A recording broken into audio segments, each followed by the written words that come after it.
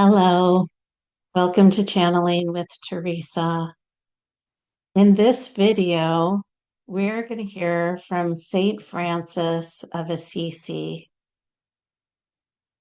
There are so many things that seem unfair about life. There are so many thoughts and judgments about the haves and the have-nots. So much guilt if you have and you see the have-nots, and rage and anger of the have-nots who look at the haves. And we all fall into these traps every once in a while, if not all of the time. So let's hear what St. Francis has to say about, is life fair for all, and why is it not? I'm going to close my eyes and think of dear St. Francis and take in a few deep breaths. And if you know him or have an image of St. Francis, think of him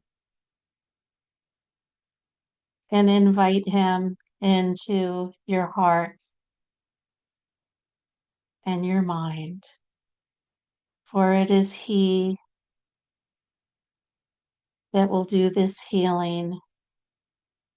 It is he that will change our minds and get us thinking properly and on track. St. Francis.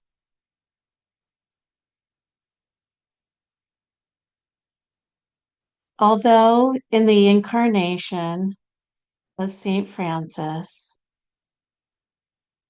I lived in 1118. I was born. Seems like a long time ago. But the people then and the consciousness and the people now and the consciousness, not a whole lot has changed. There have always been those born into wealth. And have always been those that have born in poverty. In my life as St. Francis, I was born into a very wealthy family. My father was a silk and fine garment merchant and was well respected in the community. I was given everything I needed. I must say the first part of my life was pretty protected, and I didn't see how everyone in my community lived, for I interacted with my parents and their friends and the upper class, I must say.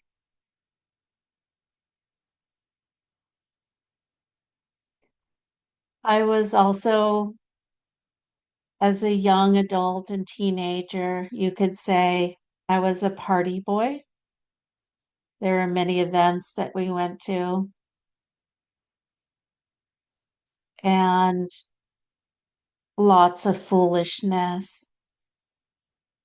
and joking and drinking happened then.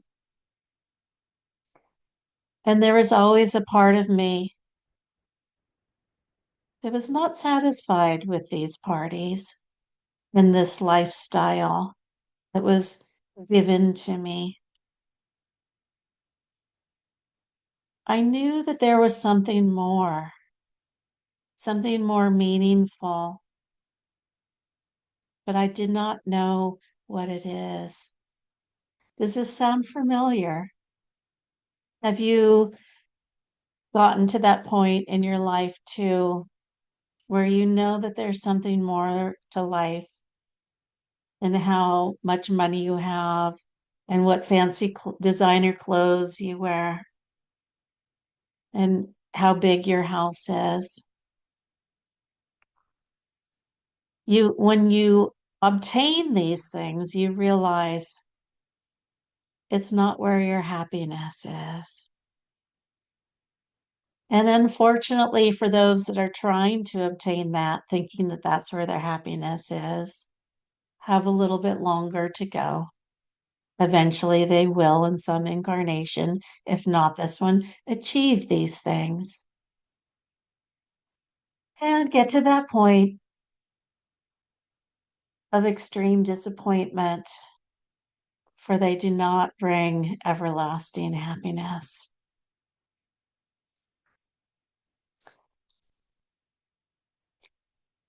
In my incarnation as St. Francis, as a young man, I wanted to defend my area that I lived in, and there was a war going on, and I went and fought in the war. I was imprisoned and had a great realization in prison. I learned and experienced what it is like to love those who may be torturing you and to still see them as God's creation and still see the perfectness of their souls, although their actions were different. Huge, huge change happened to me when all the wealth and all the prestige was taken away from me. When I went back after this experience to my family, I could not be the same boy I was when I left, following in his father's footsteps in his father's social circle. You may have heard this story that I was praying in a rundown little chapel, and Jesus appeared to me and said, "St. Francis, I want you to rebuild my church, for can't you see that it is in ruins?" And I looked around at all the rocks and stones that had fallen away from this chapel. And I first thought, well, he wants me to rebuild this small church. And so I went to my father's house and I took some of his fine silk and I took it to the marketplace to sell it, to get some money to rebuild Jesus's little church.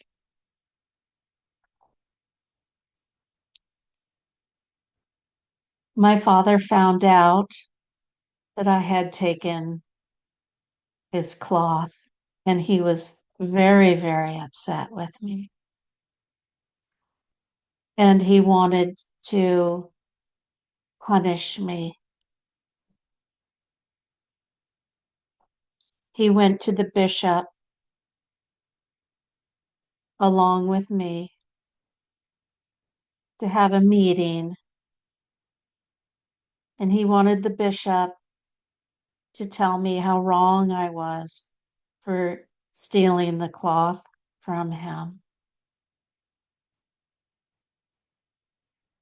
But Jesus came to me again in this moment. And I felt God's extreme unconditional love fill my heart and my mind and my whole being. And I ripped off my clothes and I threw them at the feet of that Father, renouncing his wealth, renouncing that lifestyle that did not work for me anymore.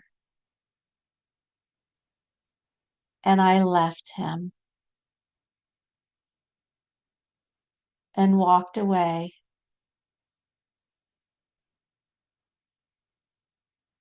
and made a commitment that I would be poor all of the rest of my life.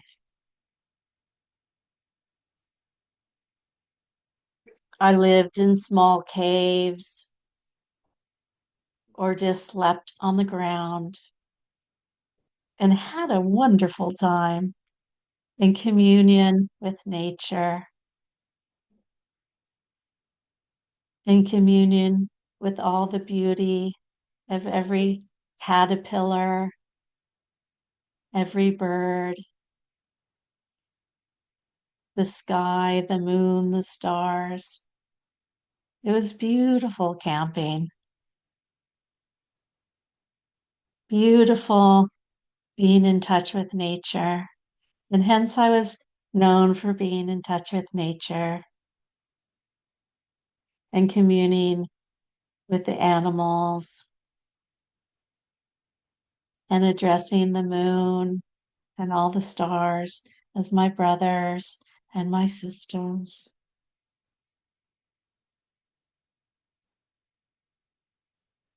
I lived a life of extreme wealth and I lived a life of extreme poverty as a simple, humble monk. There is more to that lifetime, but we're going to end it right here. Why are some people born into wealth? Why are some born into poverty? Why do some people have extreme health and others dis-ease? Why do some have good friends and others that hurt them? Why do some live in beautiful homes while others scrape by just to exist? These things seem so unfair and so unjust. And I have lived both. And chances are, in all of your past incarnations added up, you have done both many times too. Is one better than the other? No. Is your attitude about what God gives you right here, right now, in this moment, the most important thing that will create your happiness? Yes. Is honoring your Creator as your true Father who knows the absolute best for you, for what you need in each moment. Is that the right attitude? Is that the right thing to think about? Instead of, oh, everyone has to be the same. Oh, everyone has to be the same as me. And if they're not, I'm uncomfortable with this. I'm uncomfortable if they have more than I do. And I'm uncomfortable seeing the homeless person. Ask yourself, are these the right questions to bring you happiness? Or is the right answer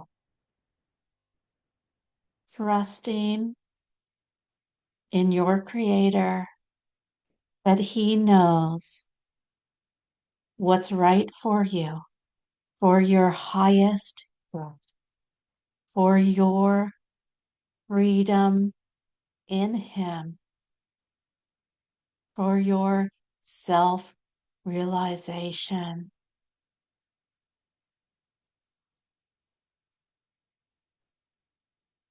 Everlasting happiness, everlasting joy, everlasting bliss. That's what your Father promises all of us.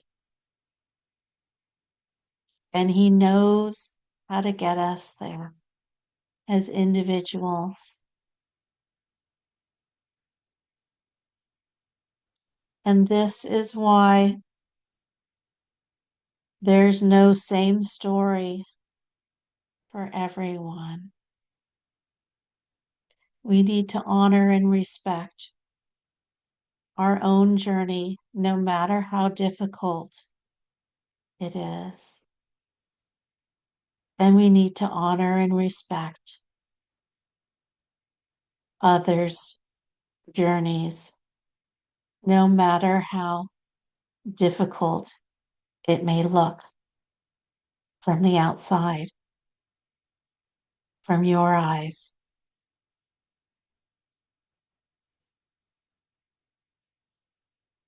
If you're asking yourself, why is life so unfair?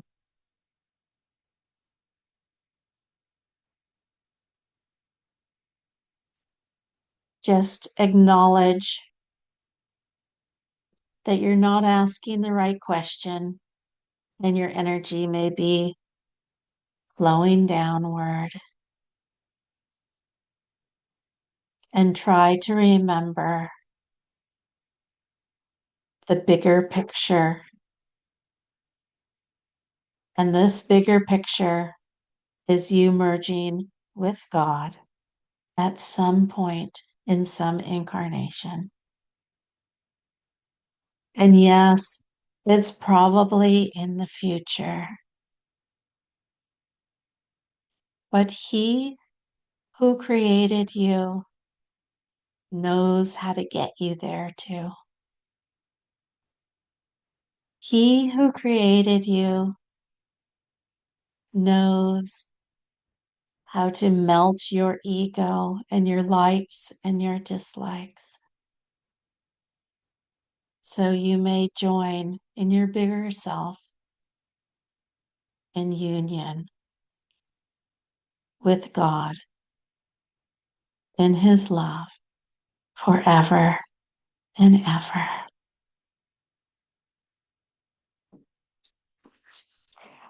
I'm going to read to you now the story of St. Francis. This is one of my favorites.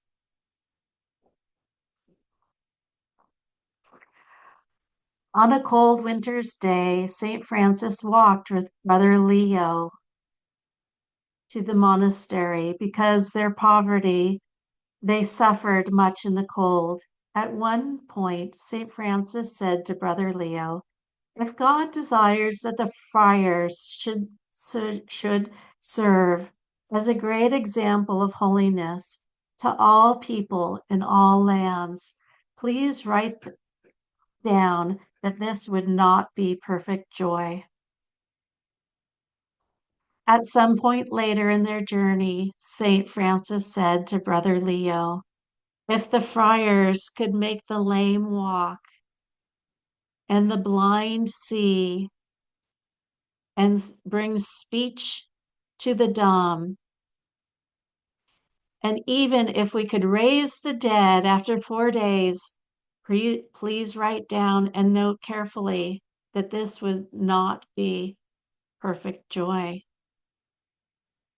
Soon after, St. Francis said to Brother Leo, if the friars could speak every language, if they knew every science, and if they could explain all scriptures, if they could predict the future and reveal the secrets of every soul, please write down and note carefully that this would not be perfect joy.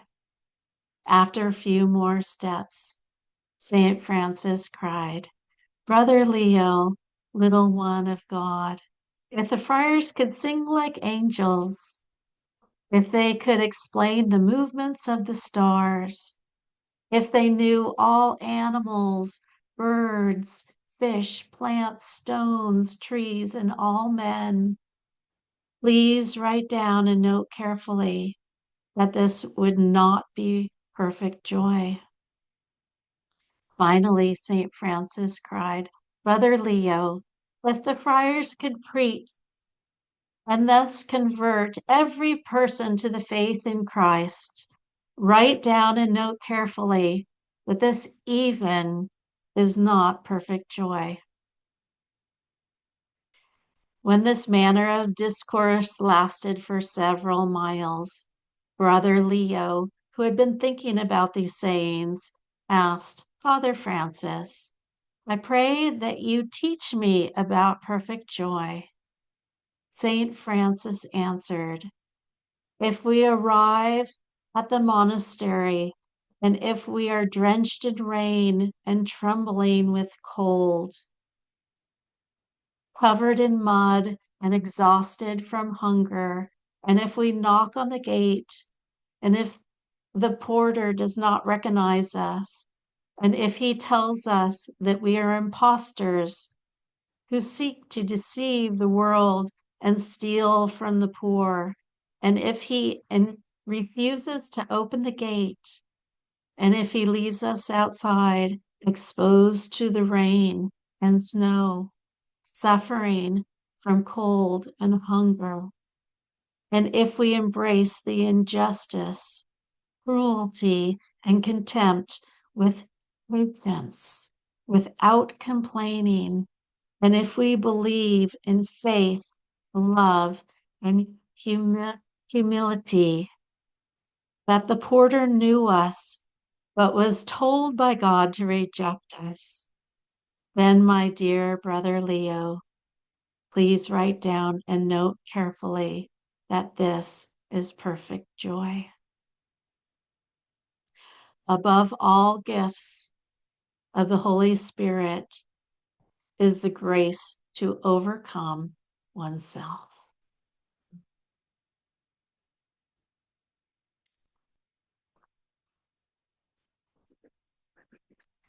And we'll move into our guided meditation now. Plant your feet firmly on the ground. Taking a nice big deep breath. Inhaling, filling your lungs fully with oxygen. And let it all go. And inhale again. Breathing deep, deep, deep. And let it go. St. Francis, in your mind's eye, is with you, and you are on the hillside of Assisi, Italy. And he says to you, come, follow me. And you start following him on a path through the grass. There are red poppies growing in the grass and other wildflowers. And you follow him on this path. Looking behind you, You see that there are others following also. Way at the end, even there's a man with his donkey. And in front of him is a man with very fancy running shoes. And he's running along the path. And another person you see has a keychain. And you see that it's keys for a very fancy sports car. And all these people are following St. Francis along with yourself on this beautiful trail. And you're now entering a strip of green with beautiful trees. And you go down the path now. And you come to a glen. There's a little stream down below and a canopy above you of beautiful green trees, giving you lots of shade. There's a wide open area around the stream of rocks. And everyone comes and gathers in a very big circle around St. Francis, who is standing in the stream.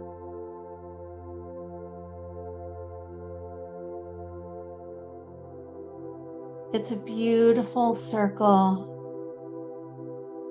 of beautiful souls of all different walks of life. But as you look around, you feel a oneness and a connectedness with all of your gathered brothers and sisters. And St. Francis is giving everyone extreme healing energy and extreme healing that is running through every cell of your body, helping you to release all that holds you back. Everyone together is receiving this beautiful energy from St. Francis. And he asks us now to create a circle, very wide circle, like the one that you're in, around your first chakra. Being aware of the center of your chakra and of the beautiful wide circle around it. And within your chakra, there are some places that are blocked. They are frozen. They are dark. And St. Francis asks you to open up and let the rays of light shine into your first chakra, melting all blockages that you may have. These blockages have been there through many incarnations. These blockages are about what you have had and what you haven't had. For your physical comfort,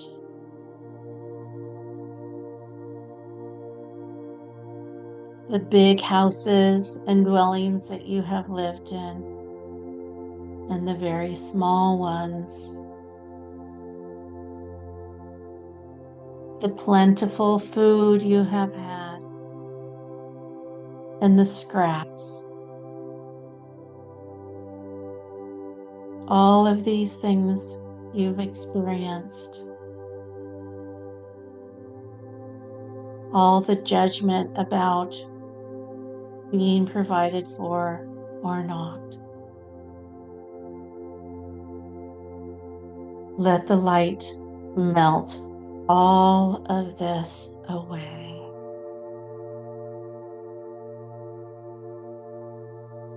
Relieving you of these thoughts and judgments about what is fair for you,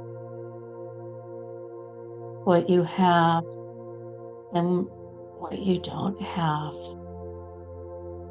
Let it all melt away.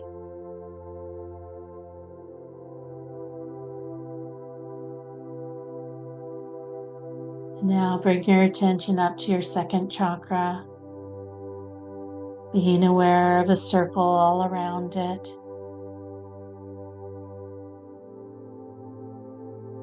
And within this chakra, there are old judgments and thoughts that are still blocking you.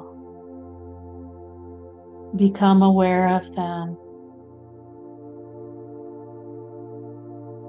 Become aware of all the judgments about who was more pretty and more fair and more handsome than another, who was more desirable than another because of their looks, because of their status, because of their social group. All these judgments about others. Let St. Francis's healing energy melt this all away. And in its place flows a beautiful green energy of freshness, of renewal, like spring.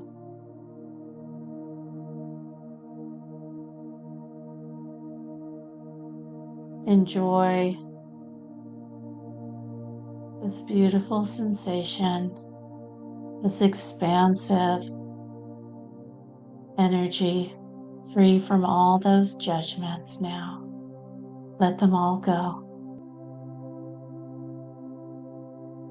And move your attention now to your third chakra.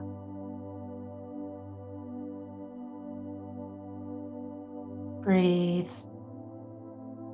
Be aware of the circle of light that expands around it. And within this chakra have existed for many incarnations your doubts about yourself, your doubts about what power you have, what energy you have, what control you have for your life, what control you think you may have for others' lives. Let all these thoughts and judgments about yourself, let all of this control that you think your ego has, let it all go. And in its place, let God's light fill you. and expand within you.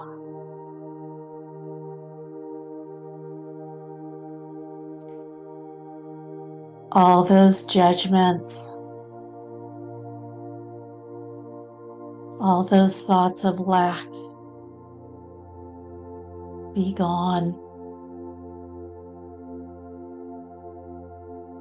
And in its place is unconditional love.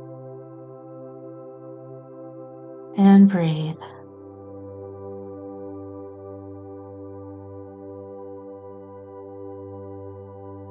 Moving up to your heart now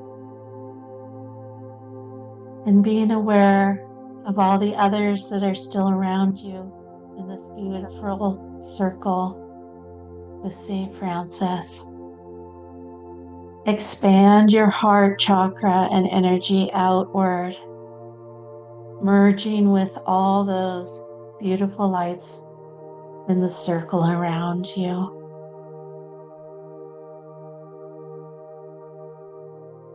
Feel your oneness, your connectedness with everyone.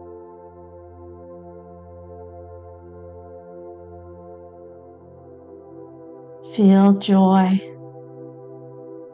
and love in your heart for all beings in all walks of life, in all countries, in all races.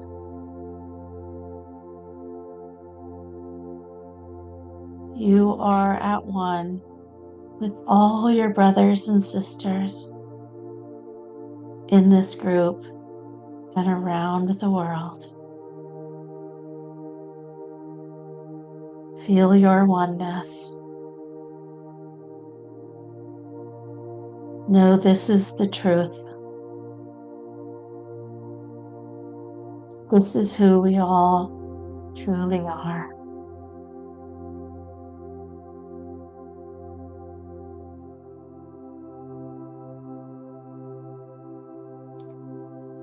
And bring your attention now to your throat chakra, being aware of a beautiful circle all around it.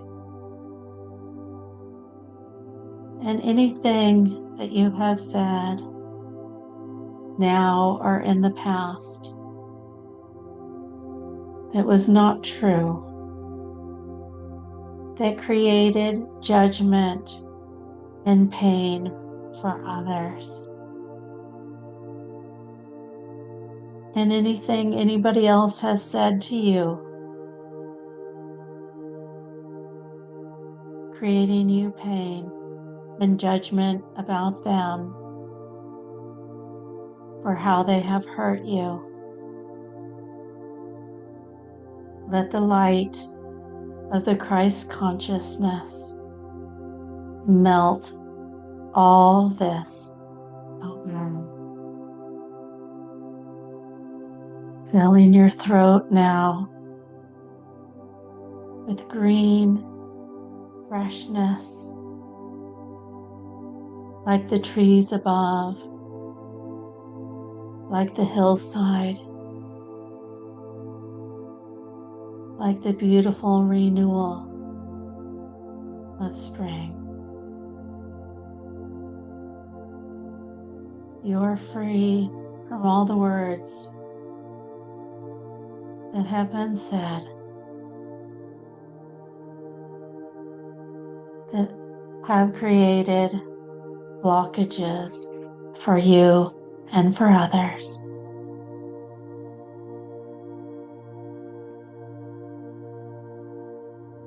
Your throat is open and connected to the love of God. And you now express that love with His grace flowing through in all circumstances.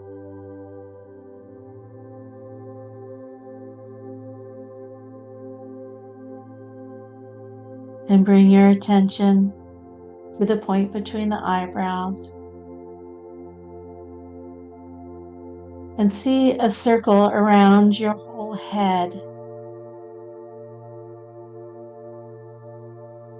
All thoughts you have had of what's fair and unfair, and what is just and unjust according to your human judgment. Let it all go and melt away. Your third eye is now fresh, open to receiving the love of your Father, open to receiving all that He has to give you. Be it joyous or a bit painful, in the end, it is all for your highest good, to learn what you need to learn, so you move along joyfully on your path to final freedom. And breathe and feel your whole astral spine filled with emanating light.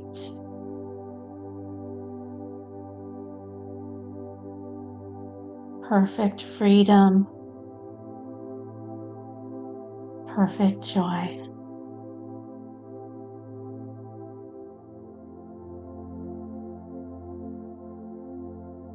And look around you and see all the other souls that are with you in this circle with St. Francis. So filled and so happy, filled to the brim with light and love, peace and joy.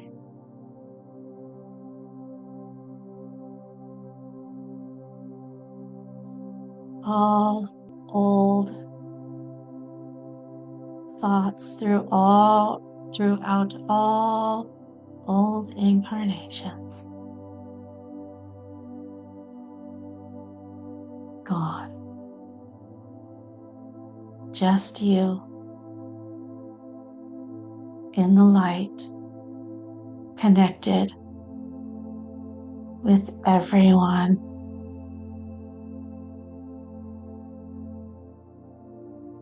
This feels so good,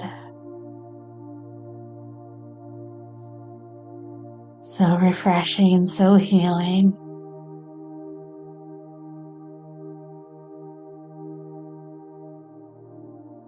You all thank Francis,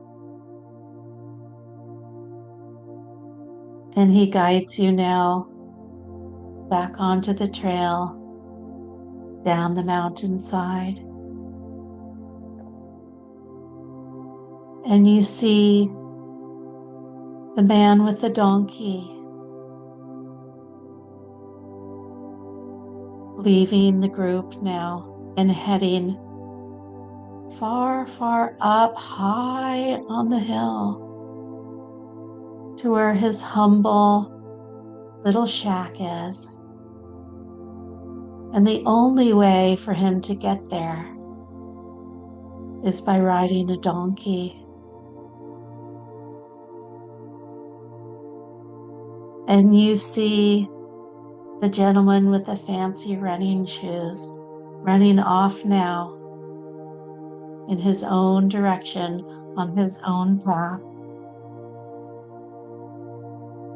And you see him join a bunch of other runners.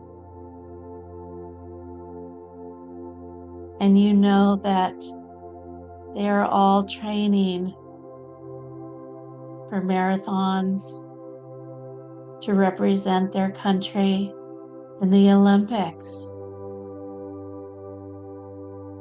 And the best path and mode for him to get where he needs to go is obviously to run.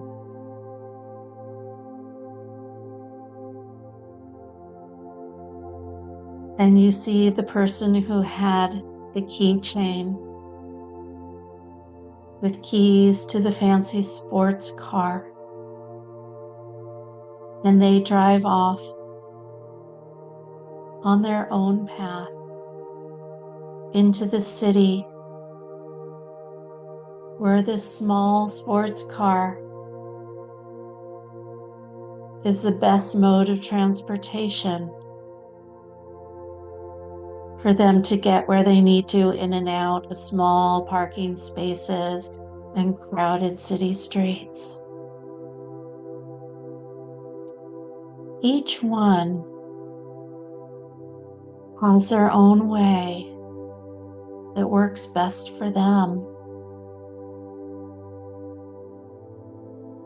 Each one could be judged for their way of navigating on their life's path. But as we can see, each one is given exactly what they need to navigate through their own life. And acknowledge that God has given you to exactly what you need to navigate on your path back to Him.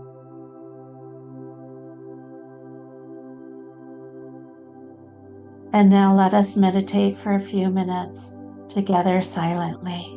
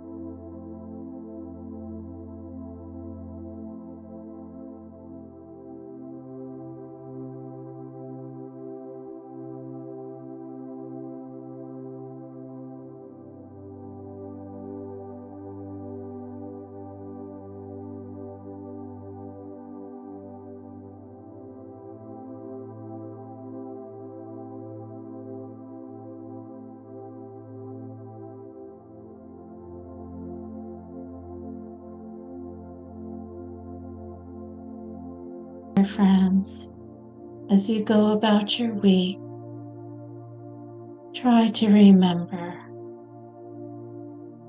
that God has so much love for you. No matter what is going on around you, try to remember the bigger picture and these small little things that you go through and that you see others go through are designed perfectly for their final freedom in God. Namaste. The Spirit in me honors the Spirit in you.